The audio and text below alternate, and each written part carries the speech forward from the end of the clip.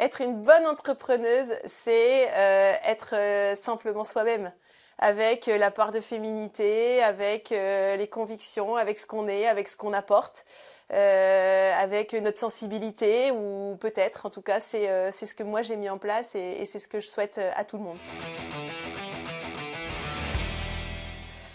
Bonjour, je suis Caroline Poissonnier. Je viens de Hasbrook, qui est une petite ville de Flandre, pile entre Lille et Dunkerque. Que vous raconter sur moi? Alors, j'ai un parcours assez classique finalement. J'ai fait un bac ES, une prépa HEC, une école de commerce, avec une majeure vraiment très poussée sur les RH, avec tout ce qui va être dans les dimensions stratégiques, humains, gouvernance. C'est vraiment pour moi le cœur de ce qui m'anime et ce qui m'a toujours animée. J'ai fait 2 ans après mes études dans une autre entreprise et puis j'ai décidé assez vite de rejoindre l'entreprise familiale en 2018. Le groupe Baudelaire est un groupe familial, régional, indépendant, qui intervient dans 4 secteurs d'activité, l'environnement, le commerce, l'énergie et le bien-être. Alors historiquement, je suis connue comme étant la directrice générale de Baudelaire Environnement et on a pris un virage cette année avec un repositionnement stratégique pour créer le groupe Baudelaire qui du coup maintenant intervient sur 4 branches d'activité différentes.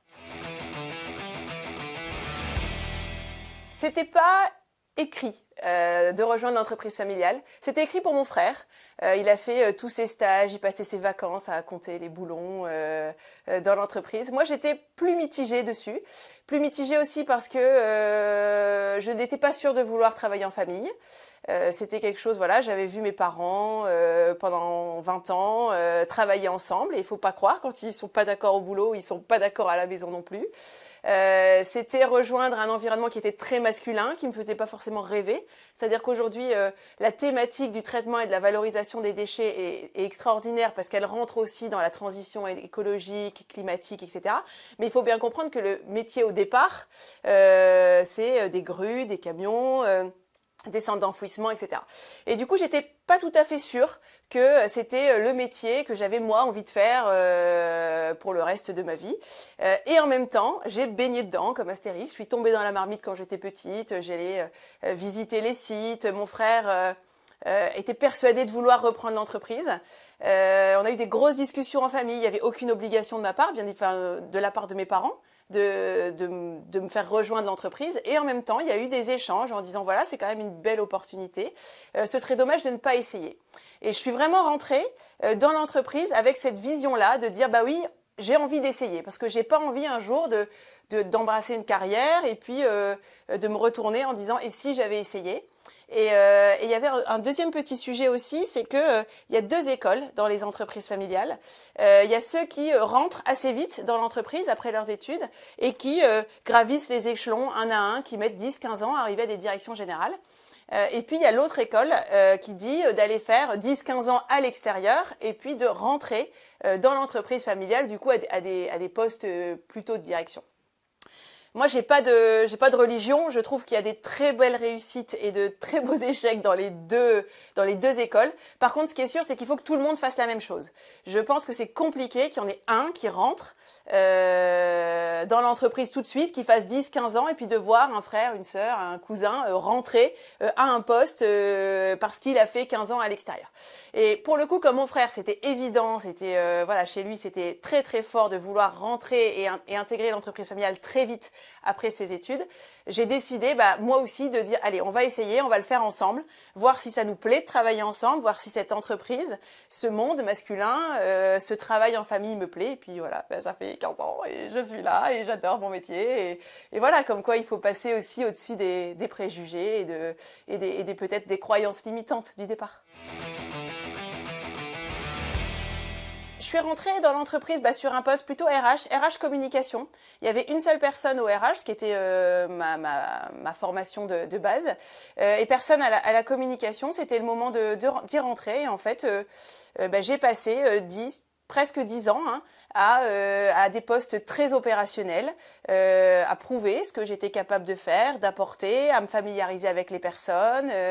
Et puis voilà, une chose en entraînant une autre, ça s'est extrêmement bien passé, j'ai été très bien accueillie, je pense avoir mis des belles choses en place qui ont fait croire aux gens que je pouvais être la leader ou en tout cas la future patronne du groupe. Hein, on est un peu dans ces milieux-là. Et puis ça s'est fait assez naturellement finalement. Ça s'est fait très naturellement. Qu'est-ce que j'ai changé au sein de Baudelet? C'est une bonne question.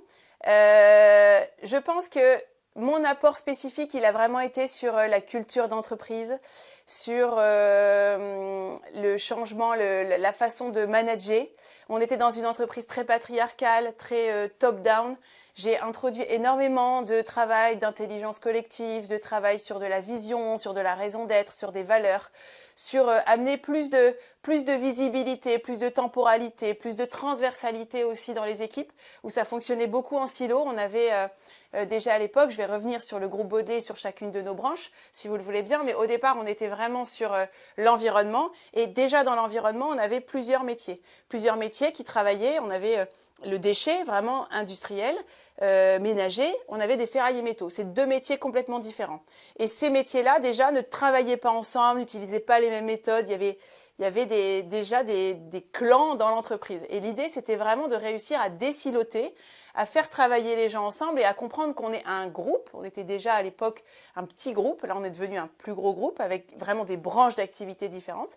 Mais je pense que ce que j'ai apporté, c'est ça, c'est cette notion de transversalité, de management, de leadership, de travailler autrement, une fraîcheur peut-être aussi, voilà, dans un milieu qui est très masculin et très dicté par des codes. Voilà, moi j'aime bien faire éclater tout ça et mettre un peu de joie et mettre un peu d'optimisme dans tout ça. Et j'ai certainement apporté beaucoup de choses différentes, mais si je devais en retenir qu'une, ça serait celle-là. Quand on a repris la direction générale avec mon frère en 2018, si je reprends un petit peu la genèse, donc on est rentré en 2008, on a mis 10 ans pour accéder à la direction générale. Et à la direction générale, on s'est dit comment est-ce qu'on poursuit, comment est-ce qu'on envisage notre développement et notre croissance. On avait deux options. La première option est de dire, voilà, on a un métier de service dans l'environnement sur une région qui était les Hauts-de-France. Est-ce qu'on se dit, on garde ce métier et puis on va l'étendre sur le territoire national. On s'étend géographiquement sur un seul métier. Ou alors on se dit, on profite de notre position actuelle de leader régional et de nos bons résultats et de la solidité financière de notre entreprise pour diversifier plutôt nos activités et préparer l'avenir. L'idée, on avait plusieurs enjeux auxquels répondre. Il y avait bien sûr cet enjeu de pérennité, de transmission familiale, cet enjeu aussi de marquer un peu plus fort la RSE. La RSE qui est dans notre ADN parce qu'on fait de l'environnement, donc sur le volet environnemental. Mais nous, on est convaincus qu'on peut aller bien plus loin et notamment sur les volets social et sociétal. On avait envie de s'investir plus sur cette partie-là. Et puis, bien sûr, de consolider notre activité. Et donc, c'est cette voie-là qu'on a choisie, la voie de la diversification. Alors, comment on s'y est pris? On s'y est pris de deux façons. On a commencé par appuyer sur nos métiers historiques. Donc on en avait deux, l'environnement, pour celle où on est connu, c'est Baudelet Environnement, mais on en avait un autre, qui est un magasin de fourniture industrielle qu'on avait depuis 30 ans dans la famille. Pour la petite histoire, c'est le frère de mon grand-père qui a fondé le groupe Baudelet, et son frère avait créé un magasin de fourniture industrielle. Il est parti en retraite il y a plus de 30 ans, hein, et à l'époque, il a voulu vendre son magasin et mon grand-père a dit non, c'est du Baudelet, ça restera Baudelet, et donc il a acheté le magasin de son frère.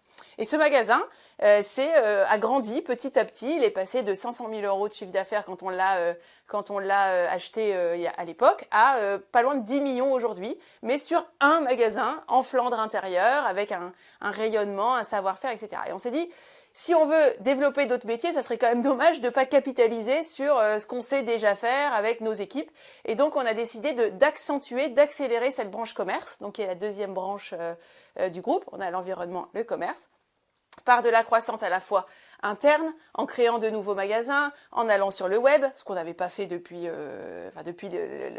l'histoire, depuis le rachat du magasin, et aussi par des croissances externes où on a fait l'acquisition de différentes sociétés. La société Optimachine qui fait des machines-outils au service de l'industrie, donc c'est toujours pareil, d'équipements d'atelier, et à travers la société Emballeo qui va faire de l'emballage responsable.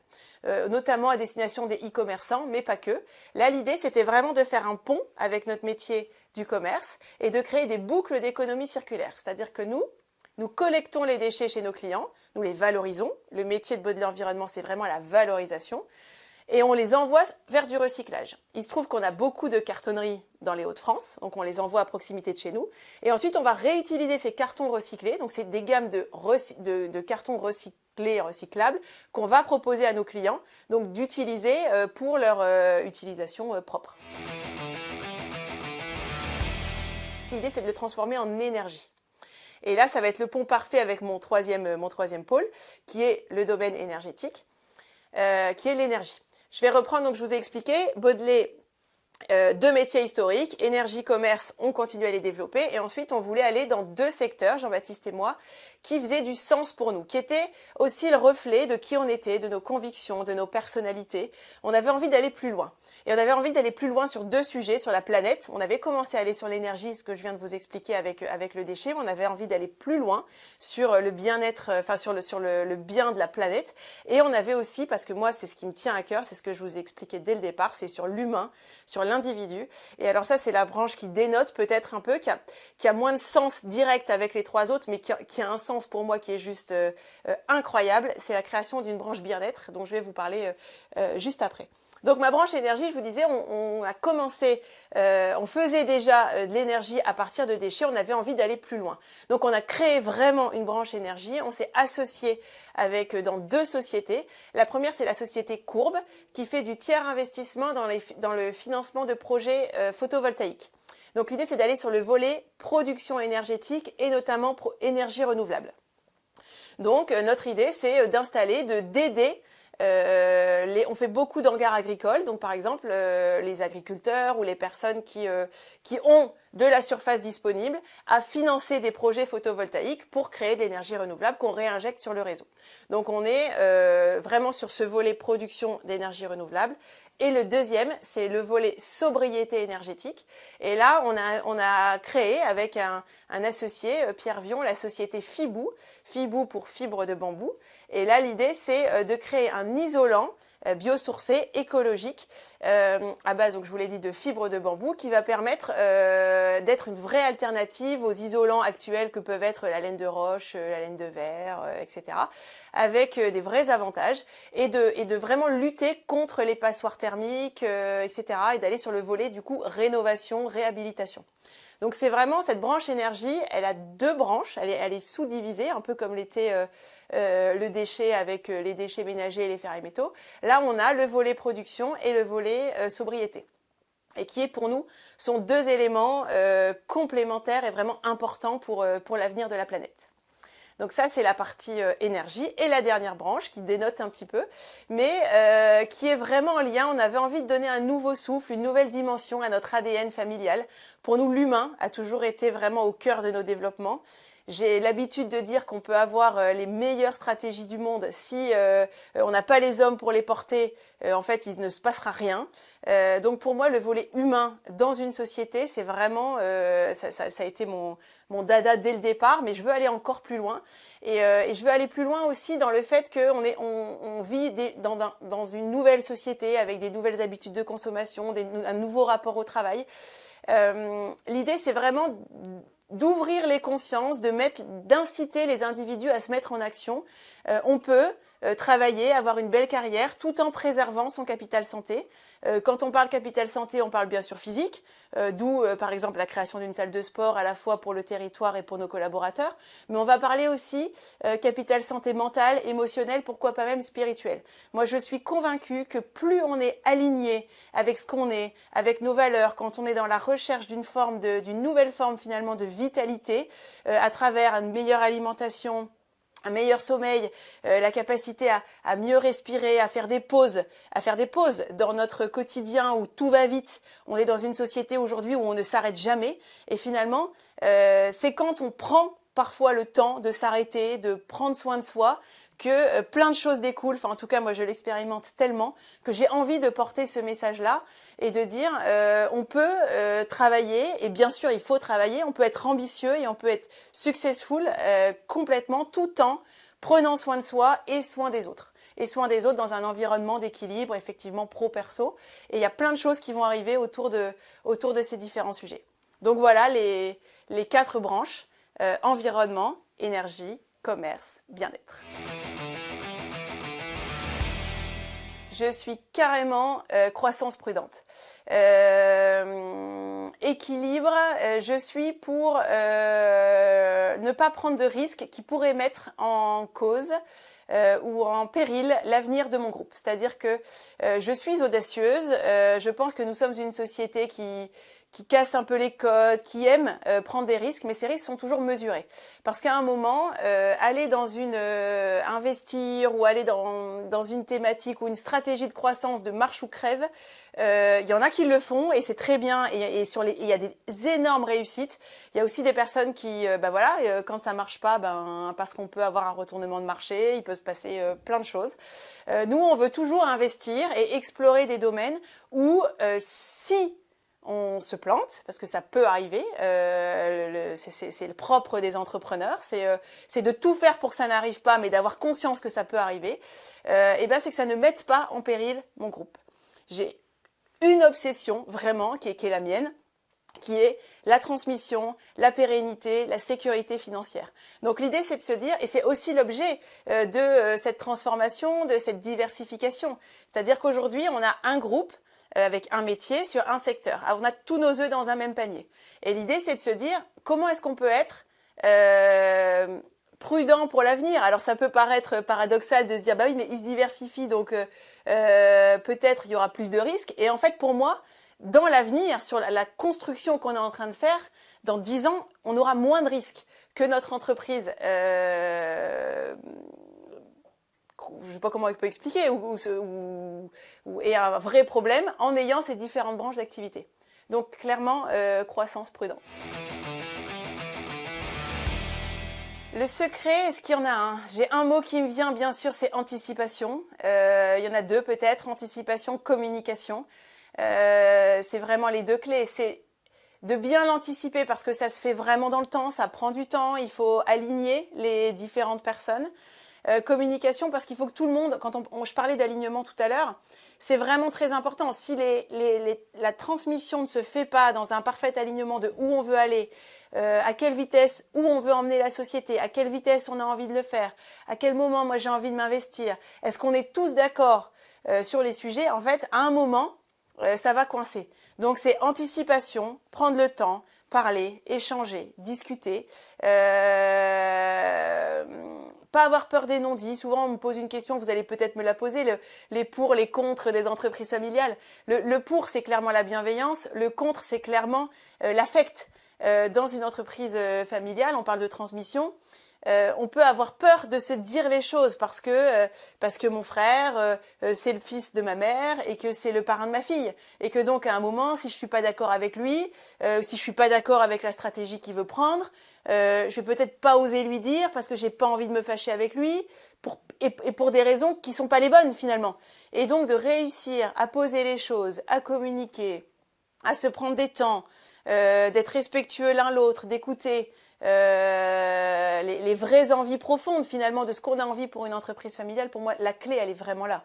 Parce qu'après, la clé, c'est de bien s'entourer, mais c'est d'avoir une vision claire et alignée. Il ne peut pas y en avoir un qui part à droite et l'autre qui part à gauche. Les gens dessous, ils ne comprennent plus rien.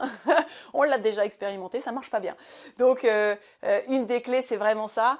Je l'explique de temps en temps. On a même un coach, alors mon frère l'appelle le thérapeute de couple, qui nous permet de temps en temps d'être vraiment sûr qu'on reste aligné.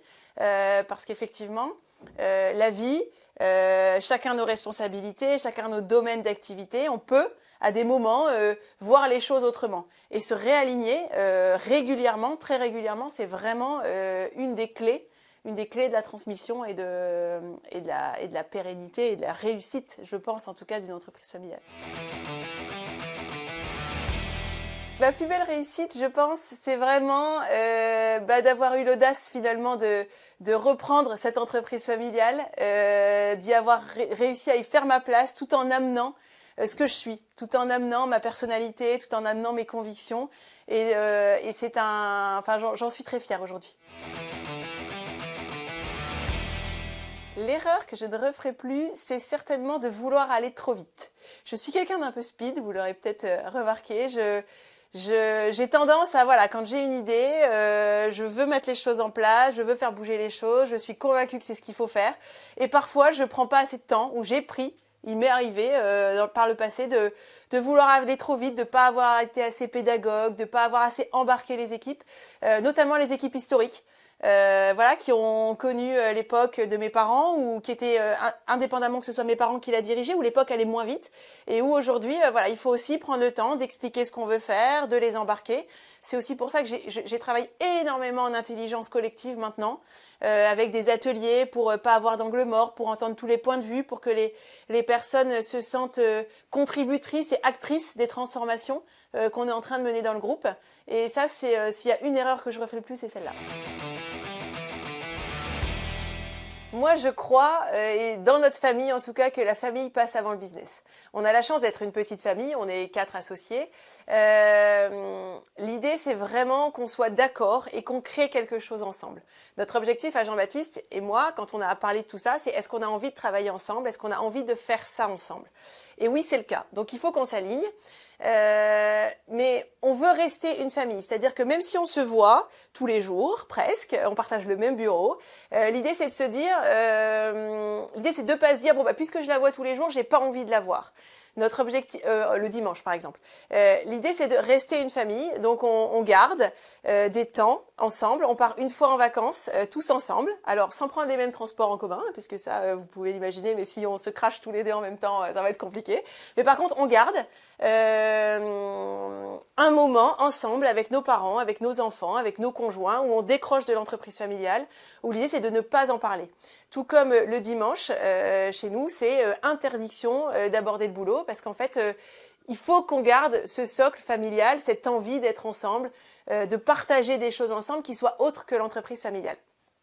Ce qui fait que, notamment pour nos parents, qui ont pris un petit peu de recul, c'était un petit peu dur en disant « Bah ouais, mais la journée, je te vois pas, tu travailles, le week-end, j'ai pas le droit de t'en parler. En fait, comment est-ce que nous, on peut se tenir informés au-delà de venir une réunion par mois sur le comité de direction ?» Et du coup, on a créé des temps, des bulles, 2 fois par mois, donc sur des déjeuners assez longs, où là, c'est on est en famille et on parle du boulot, on répond à leurs questions, à leurs inquiétudes s'ils en ont, on leur parle en avant-première de certaines choses qui vont être abordées par la suite, et on essaie vraiment de cloisonner ces espaces. Et pourquoi est-ce qu'on cloisonne ces espaces? Parce que la famille, pour nous, c'est sur un piédestal, c'est ce qu'on veut être. Je suis marraine des enfants de mon frère, il est parrain des miens. Alors bon, là c'est très particulier, on habite tous dans la même rue parce qu'on a une entreprise qui est dans un petit village, etc. Enfin, pour nous c'est très très fort, on est extrêmement soudés et l'entreprise ne doit pas être une source de conflit. Alors il l'est de temps en temps, mais en tout cas pas une source de conflit durable au sein de notre famille. Le prochain grand changement, je dirais qu'au-delà de la révolution RSE qu'on entend un petit peu partout, je pense qu'il y a un vrai sujet sur les nouvelles habitudes de vie, de consommation, de digital, de mieux vivre, de rapport au travail. Je pense qu'il y a un vrai sujet sociétal aujourd'hui dont on parle moins que la crise climatique dans laquelle on vit et qui est vraiment dans les têtes de tout le monde. Je pense qu'aujourd'hui, il y a un vrai sujet à prendre soin des personnes et des nouvelles habitudes de vie et de travail. Entourez-vous bien, ça c'est peut-être mon premier conseil de personnes qui croient en vous et qui sont positives.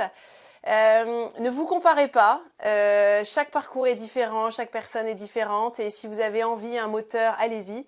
Et puis le dernier, c'est ne vous mettez pas de barrière.